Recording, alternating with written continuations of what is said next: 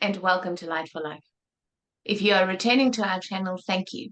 We value and appreciate you. Our aim is to shine a bright light on your inner splendor and assist to connect you to your magnificence via what we intend to be enlightened sharing, potentially educational and hopefully entertaining information, as well as encouragement for new perspectives. If you are new here, you are most welcome. We do hope that you will find our content highly beneficial and enjoyable. I am Liss. I'm a Science of Mind practitioner and a teacher of various healing modalities applicable to all aspects of the self and this life. And I am Lori. I am a holistic wellness researcher and educator. Welcome to Connections with Liss and Lori. We use the space to offer our perspective regarding multiple different topics that we certainly hope you find inspiring.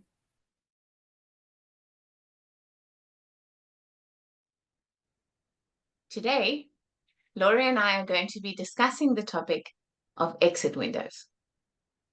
What are exit windows? Well, before I can explain them to you, I need to explain to you that it's in relation to our concept of death. That doesn't sound very cheery, but hang in there with us because this is going to be a very interesting conversation if it's something you've never considered before, I promise.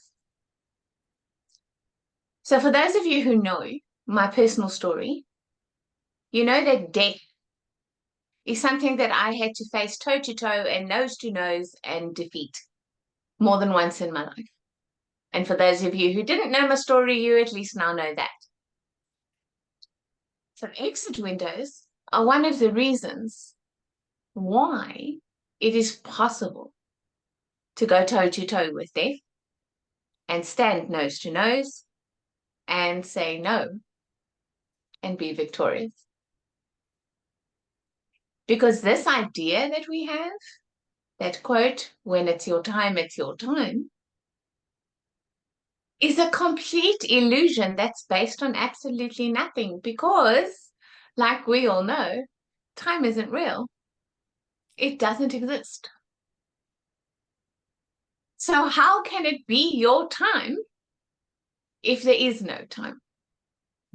Especially in relation to death, where you are going back to the essence that is you, your immortal self that exists beyond time.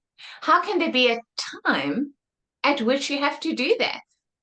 And who would be in control of that decision if not you? How can you be a free will being if you don't have free will choice over the most powerful thing you can do in this life, which is deciding when to leave and deciding when it's over?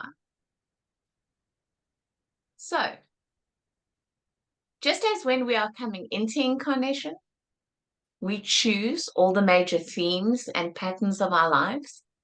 We enter into contracts, if you will, with the important players who are meant to play a role in our developing and unfolding journey. We also give ourselves 5 potential options at which we can decide to say that it's game over. I raised my hand and now my screen has flipped. That is, I'm gonna try it.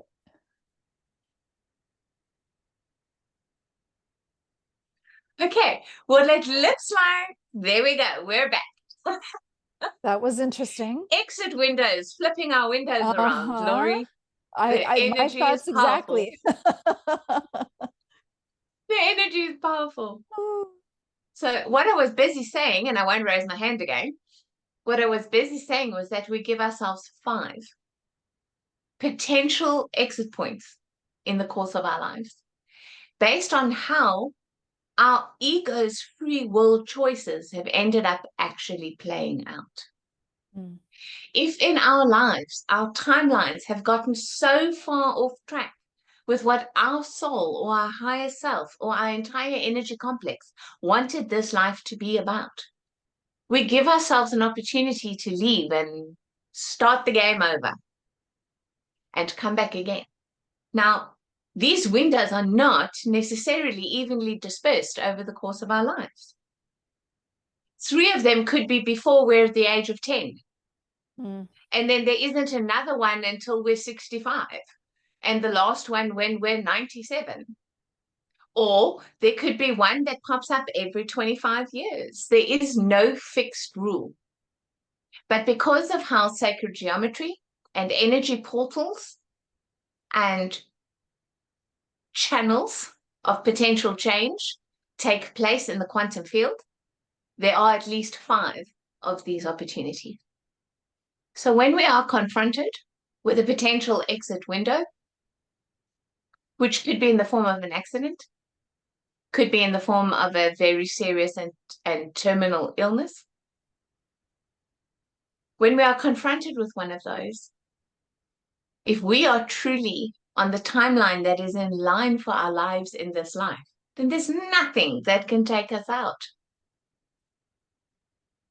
Likewise, if we have something coming up that in the quantum field has already been seen, that may just be too much for us to actually cope with, then a potential exit window will be manifested in our realities to give us the choice on a soul level, which is otherwise known as a near-death experience.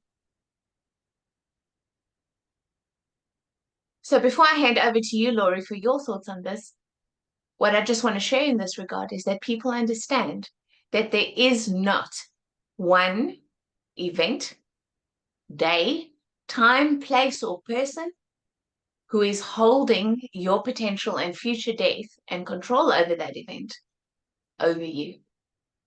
Like everything else in our lives, when and how we exit is our choice.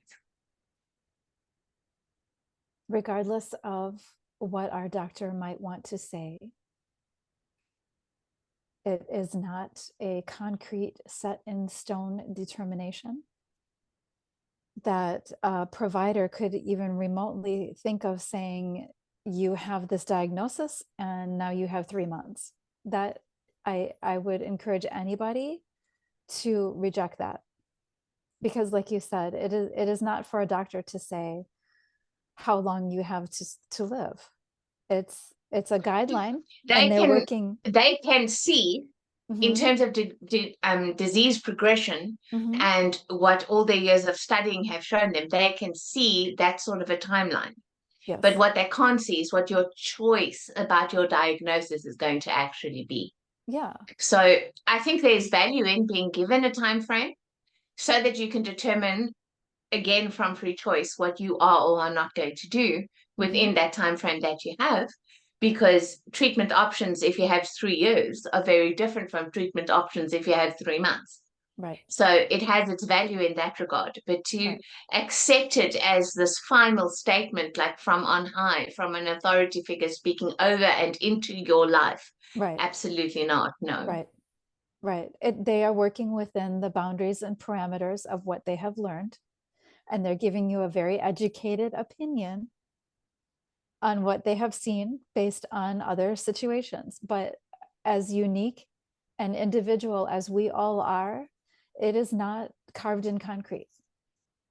And there, like you said, there is still free will involved, and there is still a choice that can be made. And I mean, there's so many books written about this. We hear so many stories about people who come back from the impossible because they made the choice, that they decided they weren't done yet.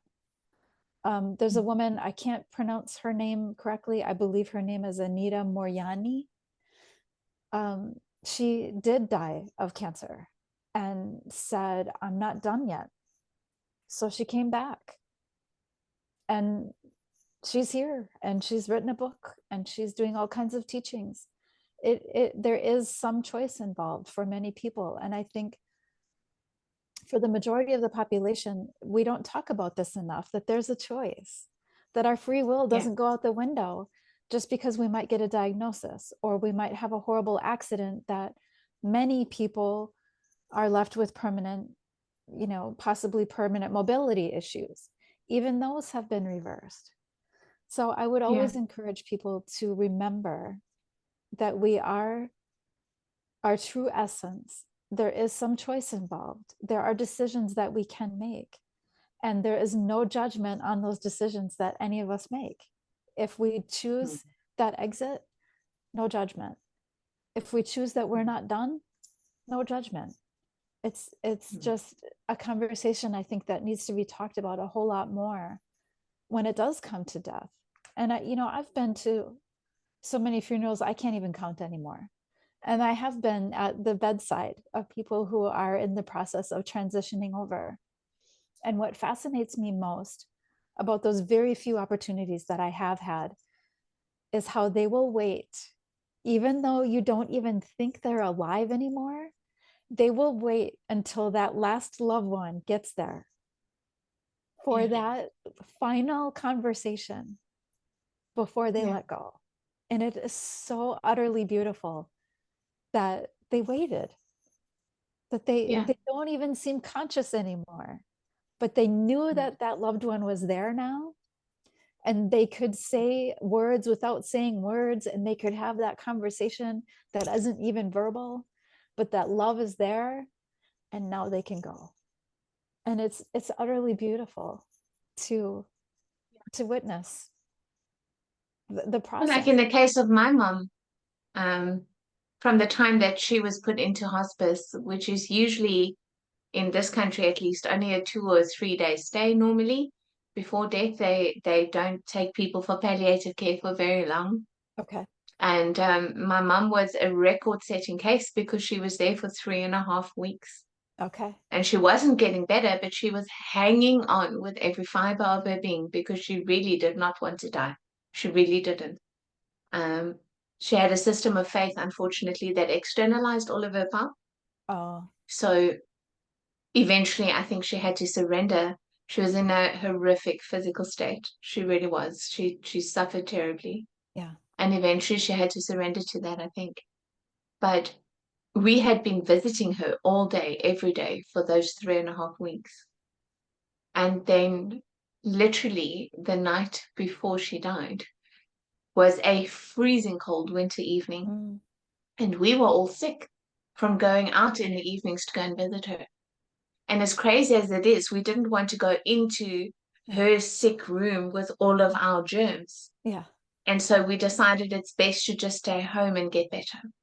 And by virtue of it being the first night that we didn't go to see her, I think she felt like she had permission to leave for the first time, that we would all actually be okay, because for the first time we didn't come to see her.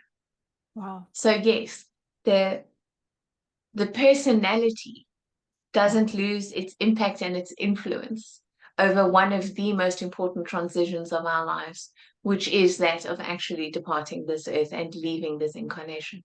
And if we understand that we are here in these physical bodies as a projection of our greater self, that greater self is alive right now and looking after us. So miracles of angelic, energetic intervention, things that should have happened or almost happened or were prevented from happening, that is because that greater version of ourselves that exists energetically is perfectly happy with how things are going. It's all on track. So no truck coming from the left side is going to take you out. Against all odds, it's going to miss you because things are going the way they should be going. So we're going to close that exit window. We're not going to take that one. And we've all got those stories, don't we? I'm thinking of one right now. I didn't understand it until you just shared that. And I thank you for that, because I always wondered, what in the world was that about? And when I look back, I don't feel like things were going how I don't feel like things were going well. So it's an interesting, life is just so interesting. It's so interesting. And I think you're right. I think we can all look back and remember close calls, or remember interesting brushes with something that could have potentially been very intense. And the thing is, Laura, you judge it as a moment where, you don't think that things were going well. And that's because probably in that moment, you gave yourself an exit window because times are really hard. It was really tough. Were Mhm. you actually going to step up to staying and seeing this thing through? And the Yeah. fact is, you chose to do exactly that because look who you are now. Yeah. You're sitting here as this version of you because of everything that you did go through. Yeah. And I know I had the same thing. I bled out on an operating table and they had to fight for hours to bring me back. And in that time, I was shown exactly why Mm. cancer had come around at 29 and what it was that this exit window came to save me from.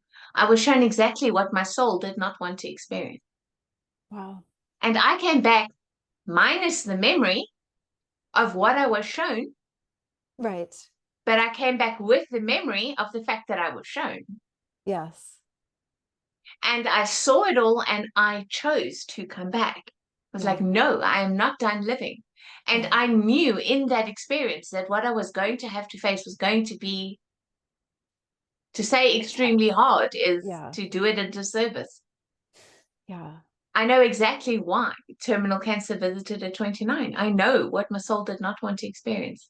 But I made the conscious choice to come back to experience it because the love that I had for my children and my husband was greater Yeah.